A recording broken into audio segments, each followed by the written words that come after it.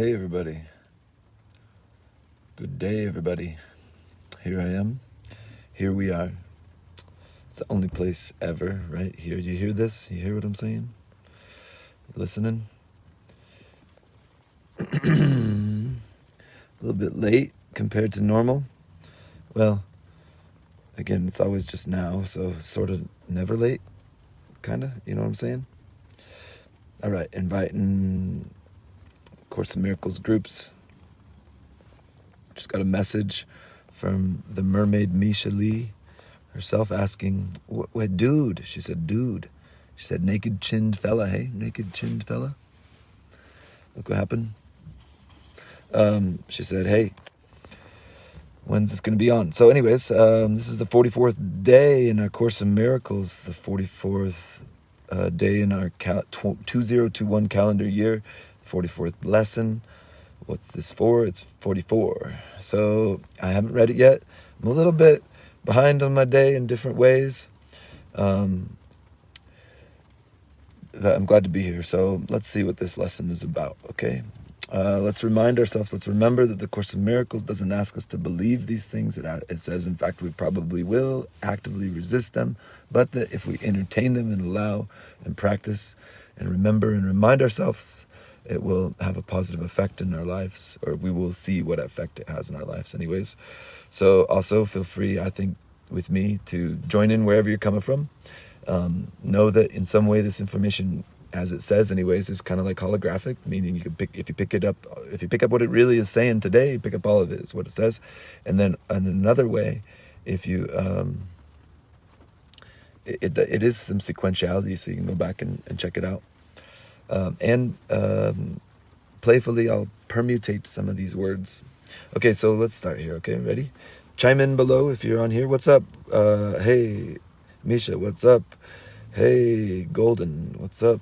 Goodness gracious, y'all. Okay, so here we are. God is the light in which I see. Love is the light in which I see. Truth is the light in which I see. Truly I see. Love is the light in which I see. God is the light in which I see. Creator, creation is the light in which I see. Okay, today we are continuing the idea for yesterday, adding another dimension to it. You cannot see in darkness, and you cannot make light. You can make darkness and then think you see in it, but light reflects life and is therefore an aspect of creation. Creation and darkness cannot coexist, but light and life must go together, being but different aspects of creation. Again, we don't have to believe. I notice active resistance from myself in this. I'm like, is that really logical? I love how logical the Course is, but is that really logical? My mind is asking. I'm not sure actually. I'm going to read that paragraph again. Today we are continuing the idea of yesterday. Yesterday's idea, God is my source. I cannot see apart from him, or love is my source. I cannot see apart from love. I cannot see apart from it. Okay, today we're continuing the idea, adding another dimension to it. And you cannot see in darkness, and you cannot make light.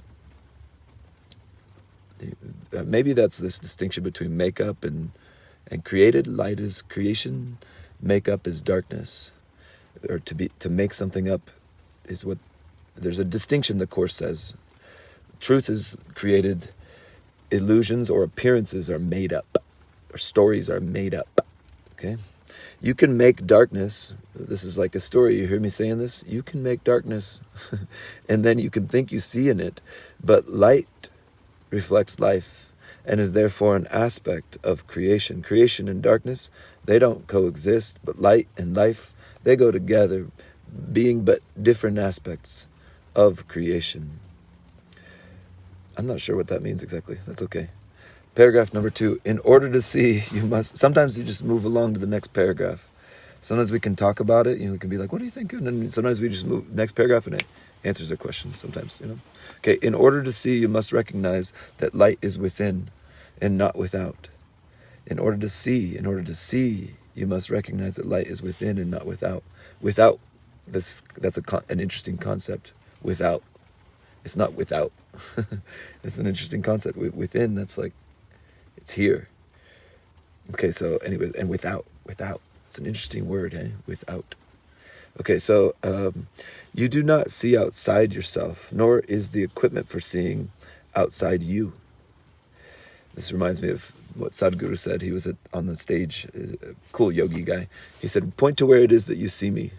And all the people in the audience pointed up, and he says, not even your scientists say this. Your scientists say you see me in your brain. He went on to say, I say you see your brain within yourself. You've not experienced anything except for that which you experience within yourself.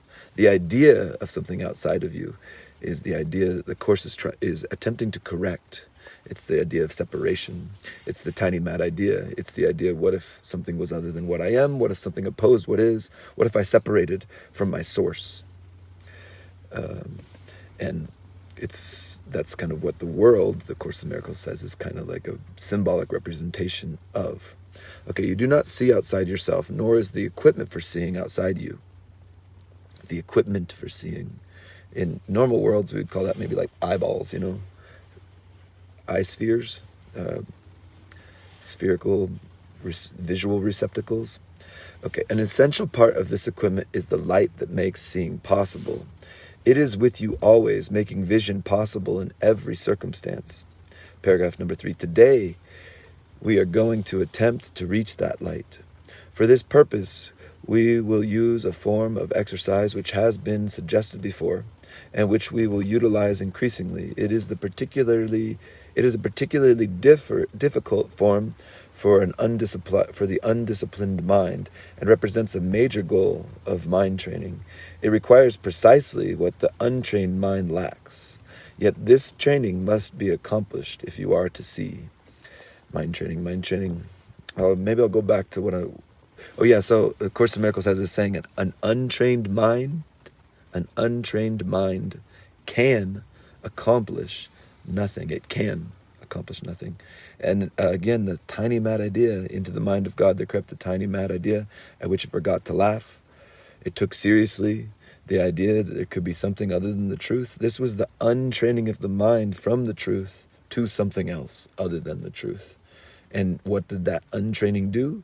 It seemed to accomplish nothing. An untrained mind can seem to, I would add even, can seem to accomplish nothing. Can accomplish nothing. Because if you look at that, it's negation, actually. It can accomplish nothing. So it can't accomplish anything. It's not real. You can't be trained to something other than the truth, because what would you be trained to? This is the undoing of the ego, or of the tiny mad idea. This way of speaking, this way of looking, this way of perceiving. Okay, so paragraph number 4.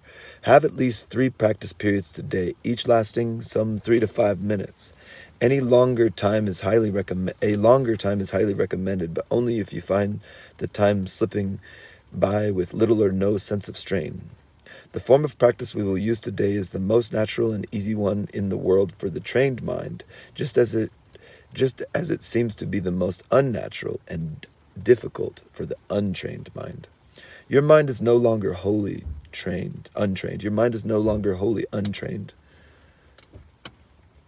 You are quite ready to learn the form of exercise we will use today, but you may find that you will encounter strong resistance.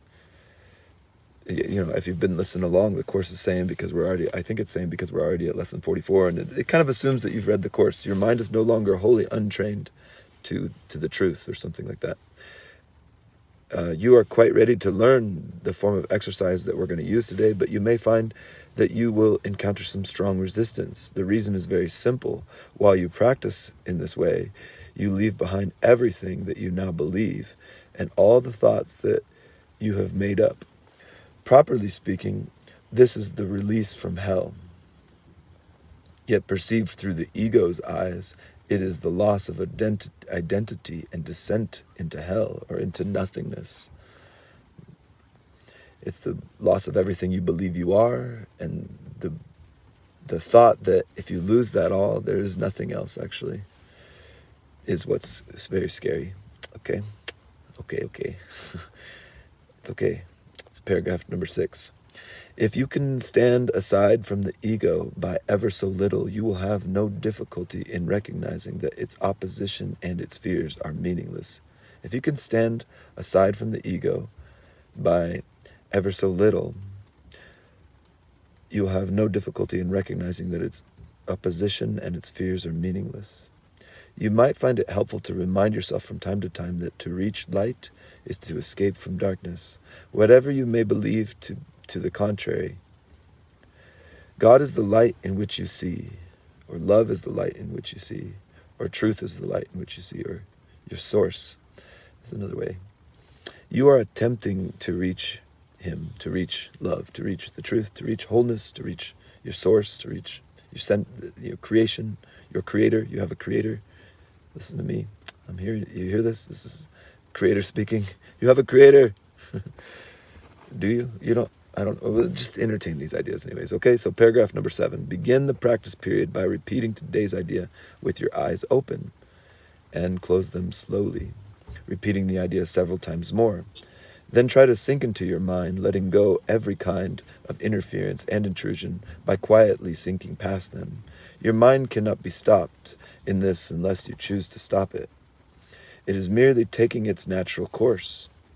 Try to observe your passing thoughts without involvement and slip quietly by them. Try to observe your passing thoughts without involvement. So if you notice passing thoughts, try to not be involved in them and just slip quietly by them.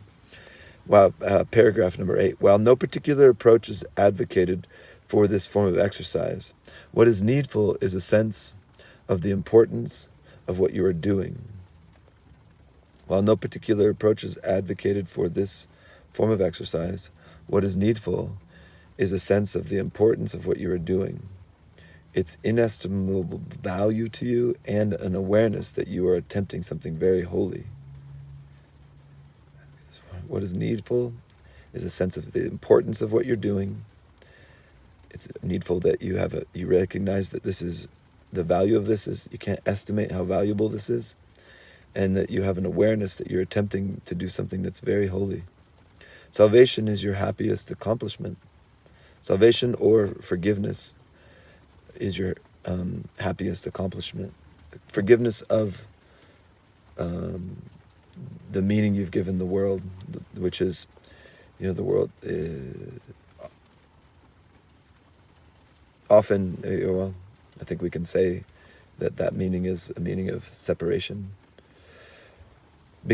So it's also, it is also the only one that has any meaning, because it's the only one that has any real use to you at all. Paragraph number 9. If resistance arises in any form, pause long enough to repeat today's idea, keeping your eyes closed until you are aware of fear. If resistance arises in any form, pause long enough to repeat today's idea, keeping your eyes closed until you are aware of fear. In that case, you will probably find it more reassuring to open your eyes briefly. Try, however, to return to the exercise with eyes closed as soon as possible. If you're doing the exercises correctly, you should experience some sense of relaxation and even a feeling that you are approaching, if not actually entering, into light. Try to think of light, formless and without limit, as you pass by the thoughts of this world, and do not forget that they cannot hold you to the world unless you give them the power to do so. Throughout the day, repeat the idea often with eyes open or closed, as seems better to you at the time. But do not forget, above all, be determined not to forget today. Not to forget what? God is the light in which I see. Love is the light in which I see. My source is the light in which I see. Or truth is the light in which I see.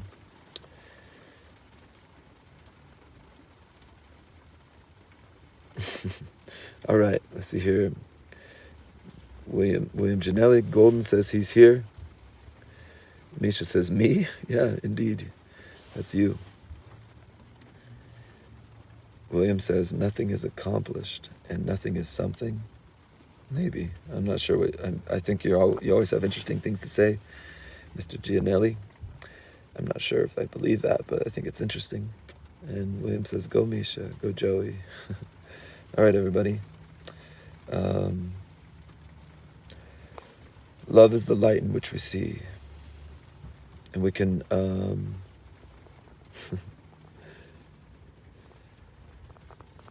Hey, Joe Nicasio.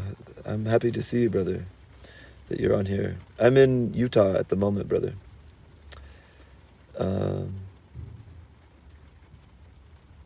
Tammy, good day.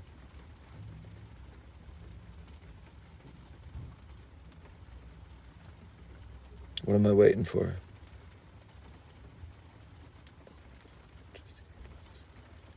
What am I waiting for? What's going on here? Yeah.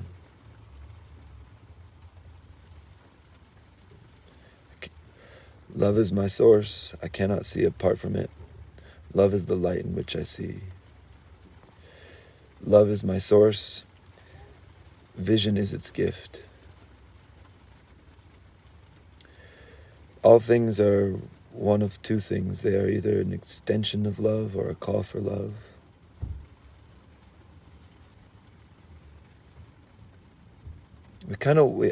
My mind kind of wants it to be something else, I notice.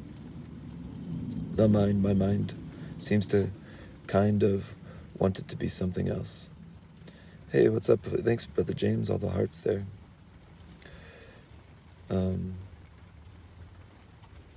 But it's like, salvation is only now. Man, I notice my mind is really wanting it to be something else somehow. Like, I'm going to meditate. That's what I should do right now. That's what I'm going to do. I'm going to do the practice. I'm going to do like the 5 minutes, 3 to 5 minutes, maybe more. Thanks for all the likes and loves here. I like seeing that. Love is the light in which I see. Lovingly, thank you, everybody. Everyone. All right. Ciao. Thank you. Wow. I feel like I'm at a casino winning something here. Got all these like boom, boom, boom, boom, boom, boom, heart, heart, heart, heart. Goodness gracious. Okay, ciao.